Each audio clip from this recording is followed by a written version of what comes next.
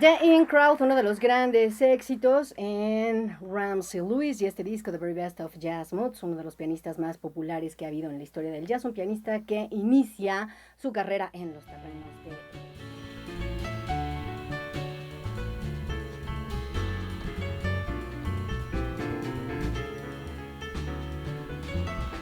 Sin importar cuál sea nuestra preferencia o gusto personal, algo en lo que todos podemos estar de acuerdo es que la música tiene un papel protagónico en nuestras vidas.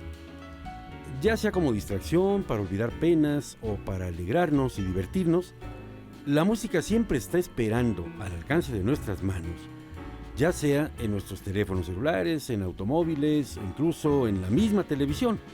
Cualquiera que sea el medio, la música es una espléndida compañía.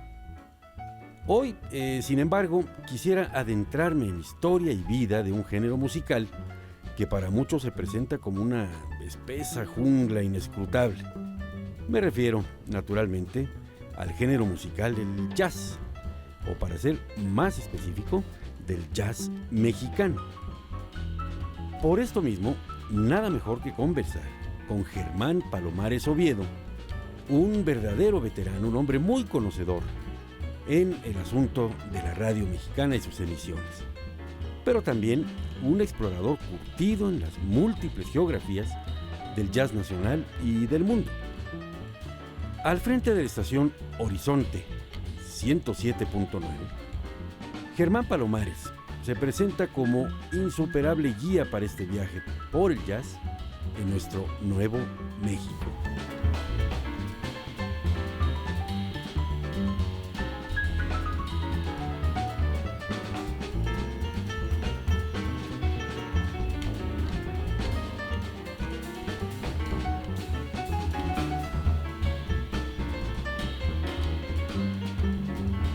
Germán Palomares Oviedo nos va a dar un recorrido, lo mismo por las instalaciones que por la historia, por los contenidos de Horizonte, que se transmite en 107.9.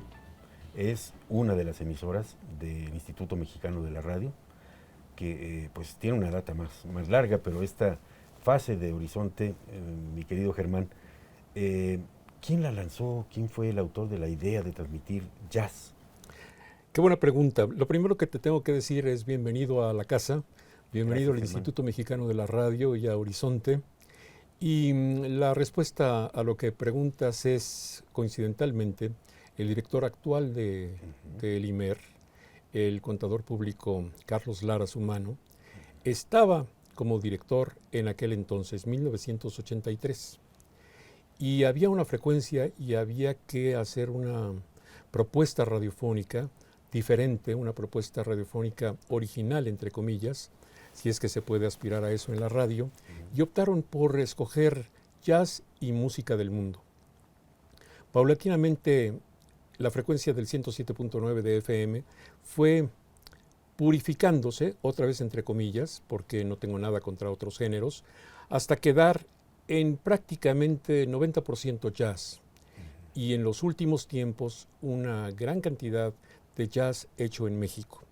Naturalmente que también tenemos programas dedicados a otros asuntos, por ejemplo, una barra informativa que se transmite por las mañanas, otra al mediodía, una más en la noche. Tenemos programas de opinión, tenemos programas especializados en dos barras, una que corre de 8 a 9 y media de la noche y otra que corre de 10 a 11 y media.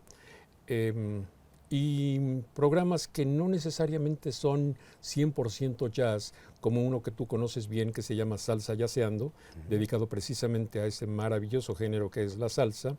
Hay otro dedicado a la música gitana, a la música del pueblo rom, y algunos más como puede ser Top France, etc. Pero te decía, 90% de lo que hace Horizonte en estos últimos años es dedicado al jazz y una gran dotación de música hecha en México. Siento que tenemos obligación de apoyar a los músicos mexicanos. Decías hace un momento en tu comentario que sí es que se podía hacer una propuesta original para la radio, dado que el medio pues es muy antiguo, ¿no? Yo creo que fue de los medios masivos de comunicación el inicial. La radio conectó por primera vez a millones de seres humanos en tiempo real, ¿Cierto? mucho antes de que apareciera la televisión. y además fue el compañero de los hogares, de las familias, en tristezas, en alegrías, en celebraciones. Grandes acontecimientos han pasado por la radio en la historia de todo el mundo y ha acompañado la historia de nuestro país en específico de una manera muy clara. El jazz es una música universal, como lo acabas de decir. Tiene varios centros de cultivo en el mundo, centros ya clásicos, como mencionabas. Pero me decías que el jazz mexicano, que también transmiten en Horizonte, está tomando un auge, nunca lo dejó de tener. Sabes, cuando yo empecé en esto, hace casi 50 años, era un detalle de muy buena suerte obtener un disco de aquellos negros de vinil grabado por un músico mexicano. Lo guardabas como tesoro porque sabías que de esos no iba a haber muchos. Pero paulatinamente la cosa fue cambiando y ahora en mi discoteca particular yo tengo 1000 o 1100 discos hechos, producidos por músicos de México o por músicos que no siendo mexicanos viven aquí.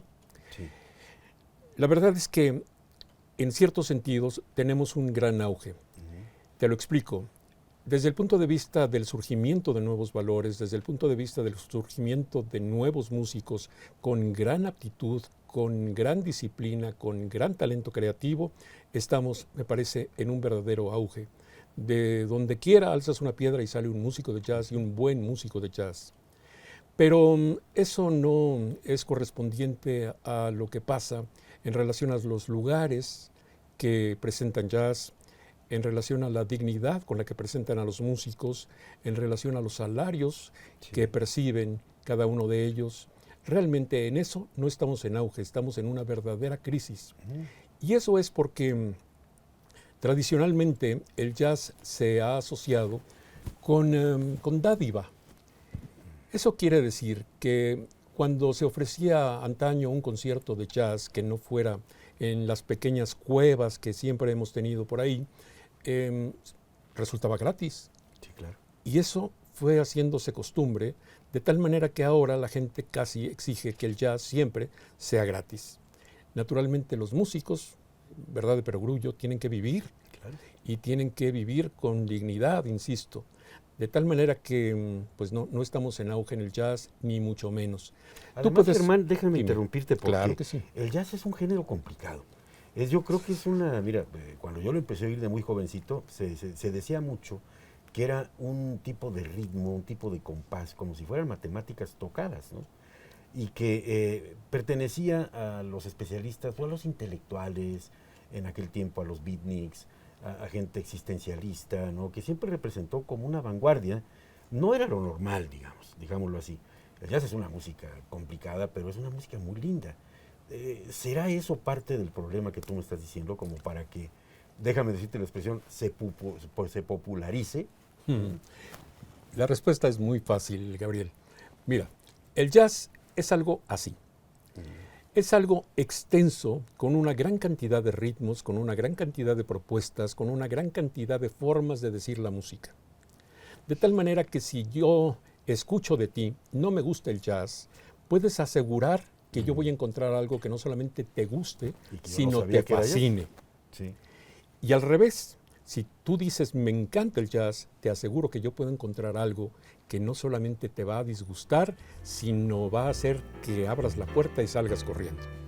Así de amplio, así de ancho es el jazz.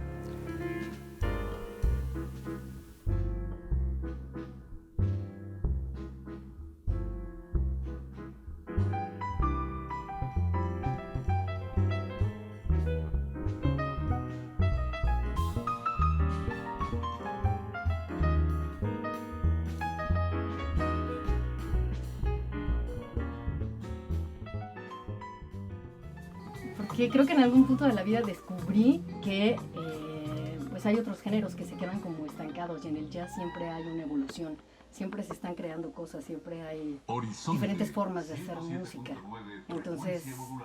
Entonces eso está padre porque ya que de repente venga alguien que vive en Europa o que está en Canadá o que vive en Singapur y te diga, oye, escuché a jazzistas mexicanos y tocan increíble y tienen como algunos este estilo mexicanista, o aunque no sea ese estilo, que sea simplemente fusión o que vaya como más enfocado, si quieres, a la onda progresiva, pero de todas maneras sí hay un estilo jazz, hay una forma de hacer jazz en México, o sea, hay algo que nos caracteriza y que no suena a que estás copiando ¿no? Otros ritmos de jazz de otra parte del mundo.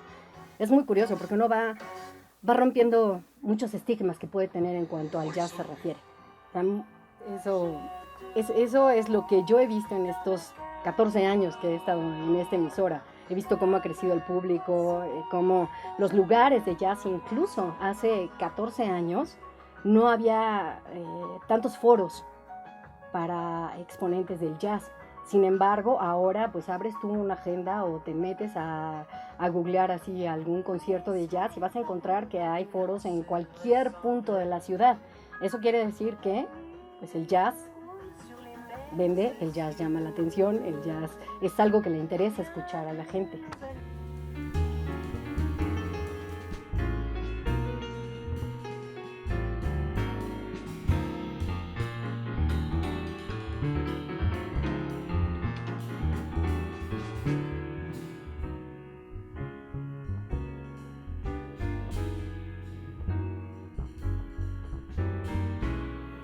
Como un extenso océano, el jazz se mueve a través de diversas corrientes submarinas, vaivenes, que nos pueden llevar a diversas costas y latitudes. Quizá pueda verse también como una voz que busca comunicarse con nosotros en diversas lenguas, algunas de las cuales seguro las entenderemos y otras quizá no tanto, aunque no por eso no podamos aprenderlas. Lo que es ineludible en este viaje por el jazz mexicano es que es un género musical que ataca nuestras sensibilidades más profundas, que enfoca nuestra naturaleza humana, que siempre busca algo novedoso, algo original, algo retador. Sea como sea, no queda más que invitarlos a sintonizar cualquier estación de jazz para hacer de sus recorridos en la vida o en su coche una experiencia única y extraordinaria. Y esta vez, pues tendrá que ser, como casi siempre, Horizonte 107.9, una estación viva en este nuevo México.